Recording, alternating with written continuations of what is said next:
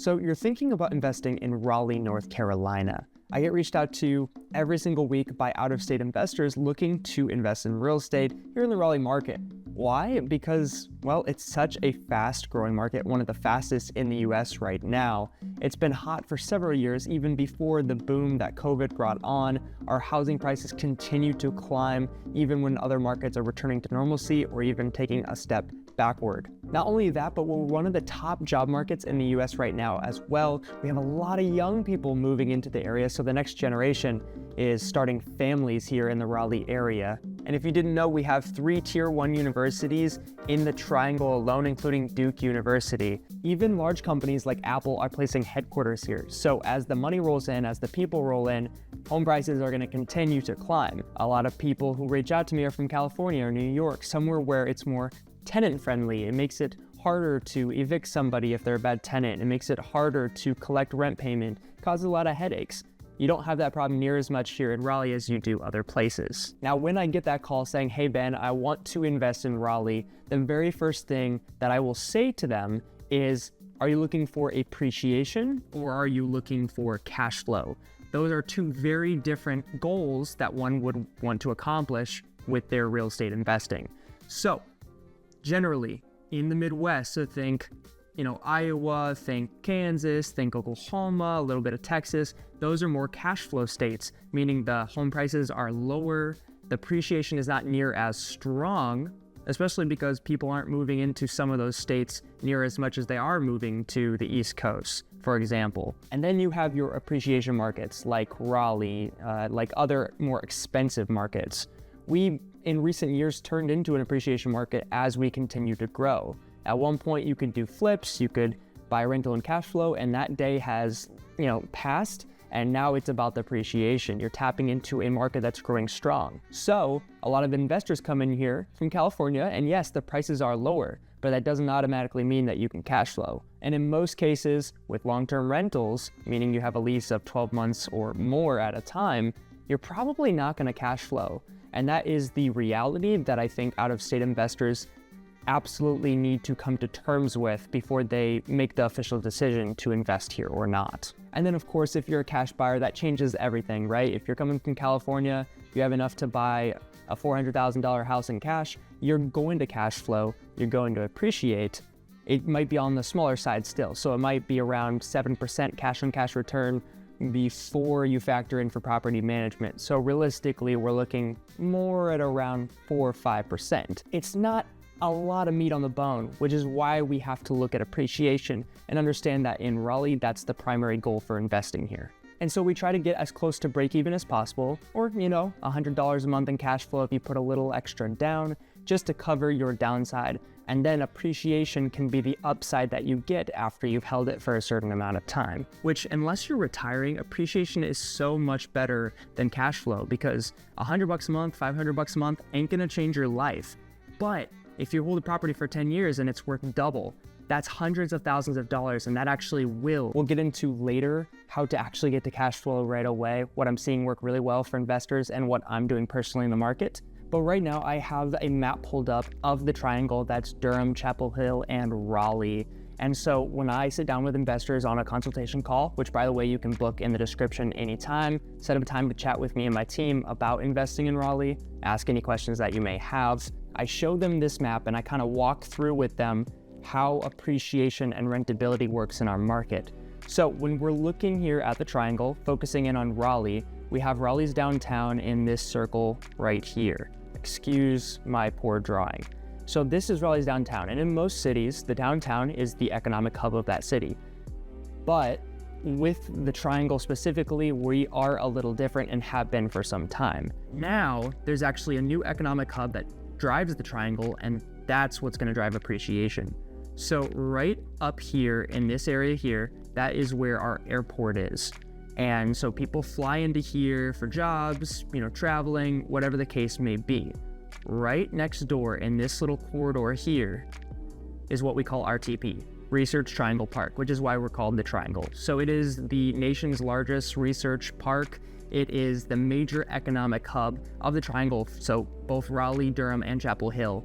This is where a big majority of people have jobs where they work. And so that's where commute times come into play. Not only do we have the airport, but we also have all the jobs right next to each other. When it comes to where people want to live, you're looking at jobs/commute time. So how close am I to work? How close am I to the airport, if that's important to you? And then you're looking at schools. How good are the schools and where are they? So we know that the jobs are right in here. The airport's right in here. So commute times, you want to be within, say, 10, 15 minutes of this area. So that puts us at about this right here, that circle. I've made other videos before, I'll link that up above, but quick overview, Raleigh, which is Wake County schools are high performing schools. They're highly coveted. Families love moving here because of those schools. And so most families with kids will often choose to be within Wake County versus Durham County, for example, because of the school system. And within Wake County, the better performing schools and access to top private schools tend to be found in this north side here of Raleigh, and especially in this west side here in Raleigh. So now we have three circles that we're working with, right? We have the economic hub in the middle here, and then on these other two outer skirt circles, that's where the good schools are. So using deduction, we know that in this area right here, Morrisville, you can get really good schools and be right by RTP where your job probably is. Or you can go up to here to Northwest Raleigh, which is where I am, be right by the airport, still really close to RTP, and you're right by all the good schools. Now this circle down here with Apex, Cary, and Morrisville, this is the hottest part of our market, has been for some time. People absolutely love it down here and you're gonna pay a premium for it. The average home price down here is breaching $700,000 right now. So if you wanna save a couple $100,000, you would go to North Raleigh, Northwest Raleigh, still super nice, still great location.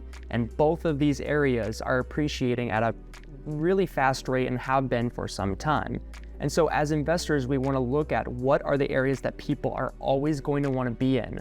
And as more people flood into Raleigh than leave it, as we continue to grow, as businesses come into RTP, it's gonna become increasingly important to have a house or several within these bubbles right here.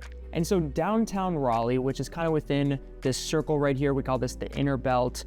This 540 going around the outskirts here is the outer belt. House prices are still high. There's a lot of historic homes. Downtown is super cute and walkable, but this is a secondary market for Raleigh. This is a secondary job market. And yes, there are some pockets within downtown Raleigh, especially in this corridor right here, where a lot of wealthy people live, a lot of really nice houses are that are highly coveted. They're gone before they're even listed. There are exclusions to the rule, but in general, if you want to future-proof your investment and have the highest chance at getting that appreciation, being rentable even if the market turns, then again, you want to be within these bubbles right here. Now, based on your budget, maybe you're wanting to test out the market, maybe it's your first investment and you want to start a little lower priced. Pricing may become a problem for you. I understand that.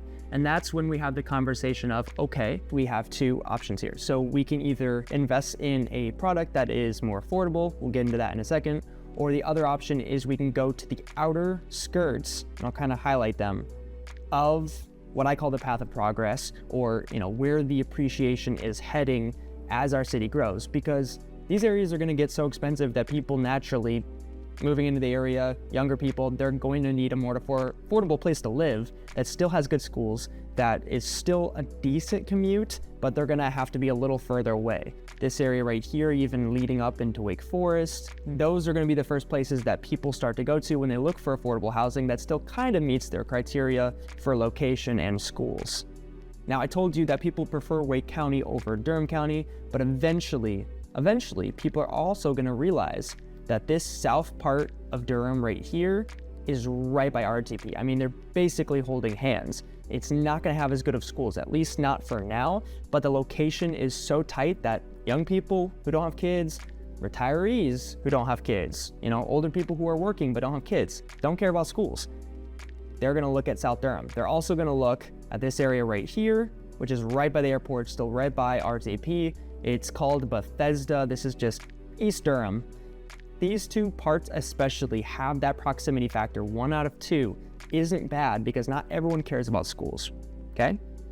So these yellow areas are kind of the emerging markets, so to speak, of the triangle. And I think that's where people are going to head over the next few years. Now, something dramatic could happen that changes the trajectory of where people move and thus, how home prices are affected, which is why I said it's a little on the riskier side. But these are more affordable areas where your money goes further and it still checks some of the boxes. So it's worth looking into if budget is a factor for you. Now, I mentioned investing in a product that is more affordable. What I meant by that is townhomes. I am actually a very, very big fan of townhome investing, and I push a lot of my new investors towards it because you can still get into a townhome in our market that's a nice size, newer condition, 3-bed, 2-bath, very desirable in the best areas of Raleigh, Cary, right by RTP, right by the airport, and you can get into those in the 3s and very low 4s. You may have heard it said that townhomes appreciate slower than single-family homes, and in a lot of markets, in a lot of cases, that is absolutely true. For the longest time, I was under that impression as well. But if we were to actually sit down and look at the data, you would find that in the most desirable areas, right by RTP and the airport, in this case, we'd be right along, let me highlight it with green, right along this corridor here, and in this area here, and even a little bit up in here. So these 3 areas have a lot of townhomes, and the thing is they're very desirable because it allows people to check off the schools and the proximity buckets, the 2 important things, and do it for sometimes half the cost of what a detached single-family house would cost. And so you're gonna one, have a massive rental supply. A lot of people who wanna rent from you, they're gonna pay top dollar. And 2, you're gonna have a lot of people who want to buy townhomes. And over the next few years, I think because of affordability issues, I think townhomes in these very hot locations are going to be the golden goose. They're gonna be the key to this whole affordability crisis because people still need a place to live at the end of the day.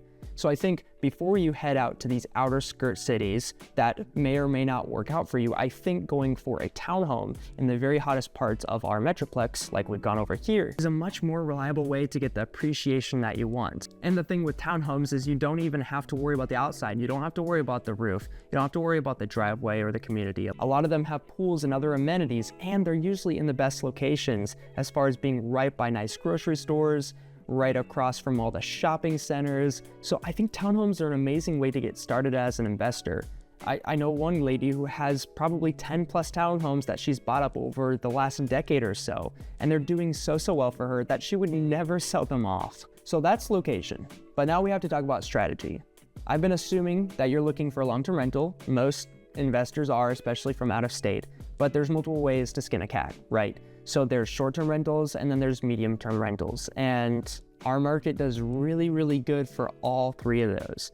Because we have those 3 universities, we also have a massive healthcare and research system. We get a lot of traveling nurses, we get a lot of traveling professors and researchers, even students who need medium-term housing. People who will rent out a bedroom, or they'll rent out the whole house and they'll pay a premium to only rent it per month versus a 12-month lease. Short-term rentals do really well because people are traveling to visit the area, visit friends, visit college students. They're traveling, for a few weeks to a month because they're giving a talk at a college, or they're on a research assignment, or they're on an internship. There's a lot of reasons that people come into our market for more short-term reasons. And because of that, we actually do really well with short-term rentals. Our short-term rental laws are very, very friendly. It's extremely easy to get a short-term rental license in Raleigh, and Durham doesn't even require one at the time of this video. And with short-term rentals, you don't necessarily need a property manager. You can actually hire a couple good cleaners to come in and clean the units after they turn over, and they can be your eyes on the property. My parents, for example, own a Airbnb in the mountains of Colorado up in Winter Park, and they've never had a property manager. They just have a few good cleaners on standby, and then they make a trip up there once or twice a year to check in on it and enjoy a stay in the mountains. Now, in this video, I'm not gonna get into the weeds on short-term rentals or medium-term rentals, but I just want you to know that if you're not okay with losing $100 a month, break even, just for the appreciation, if you're looking for cash flow and a strong appreciation market, then the only way to get that is to get creative. And that's where those strategies come into play. And that's how I personally invest here in Raleigh myself. If you want to learn more about how to do that, you have questions, or you're just ready to get started investing in our market, no matter the strategy, then make sure you call or text the number below, Or when you're ready, click the consultation link in the description, set up a free call with me and my team. Let's chat. In the meantime, thanks for watching. My name's Ben. Watch one of these videos next, and I'll see you there.